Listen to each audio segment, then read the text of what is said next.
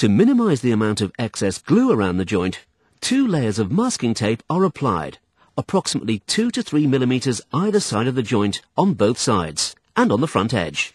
Clean the tongues and the edges of the joint with the isopropyl alcohol wipes.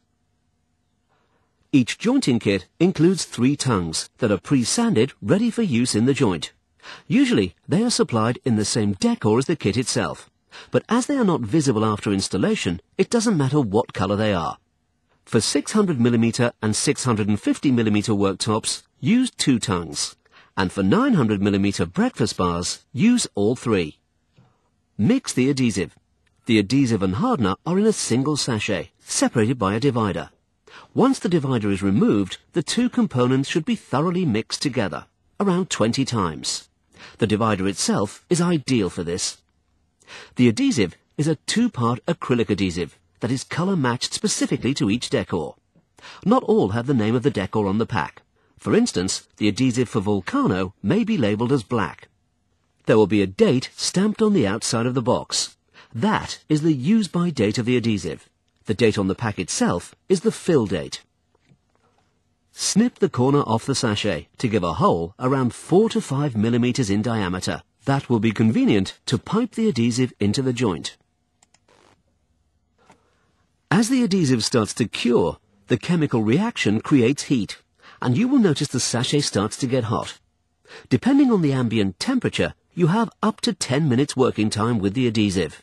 Because of this limited time, ensure that you have everything ready before you start to mix the glue. Pipe it into the groove on one side of the joint. Insert the tongues. Pipe adhesive into the other side. Pull the worktops together. Pull the 2 sides apart again to leave a 2 to 3 millimeter gap. Pipe an extra bead of adhesive into the gap.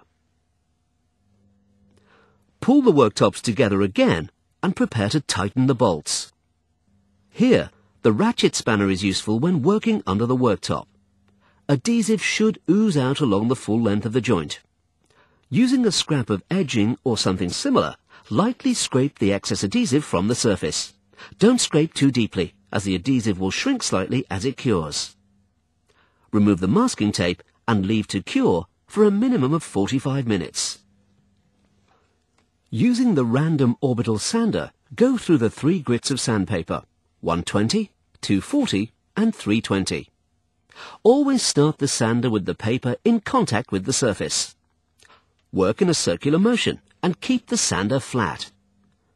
Each time you change papers, work slightly wider than the previous grit. This sander has an extraction facility.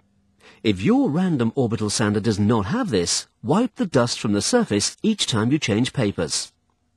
Work in horizontal, then vertical sweeps, to make sure the sanding is even across the whole area. Clean the area of dust again. If this is left behind, it can affect the final stage of finishing.